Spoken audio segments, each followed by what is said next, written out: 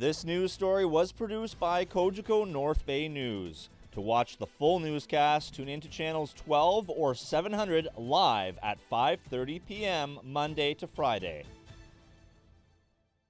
North Bay's municipal election in 2018 is over a year away, but perhaps the mayoral campaign for Deputy Mayor and Budget Chief Sheldon Forget took its first step on Tuesday night. The last year, but more so the last couple of weeks, I think I've asked about 15 different people what they thought if I were to run for mayor, and I wanted to get some honest feedback from them. And after only asking 15 people, then I started getting a lot of people emailing me, messaging me, and asking me if I was going to do it.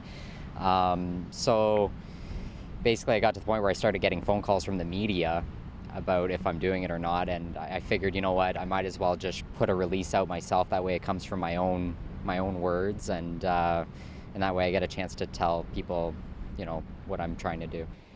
Back in March of this year, Deputy Mayor and Budget Chief Forget resigned from the North Bay Police Services Board as he stated it was due to a scheduling conflict. This was the basis of my next question to the Deputy Mayor. Is there a concern that you won't be able to juggle the time?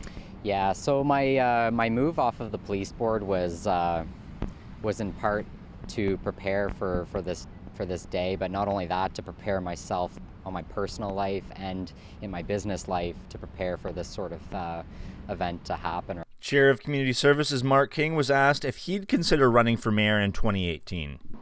I'd be lying if I hadn't, you know, if I said to you I wasn't interested. There are so many variables about to happen. You know, how will the next provincial election actually affect this city? Who are going to be the players later on down the road? You know, we're going to be into a federal election again soon. There are so many variables involved here that that I think it's really too early to even go down that road. The other thing, you know, from my own personal point is that I do have a family. I do have a private business.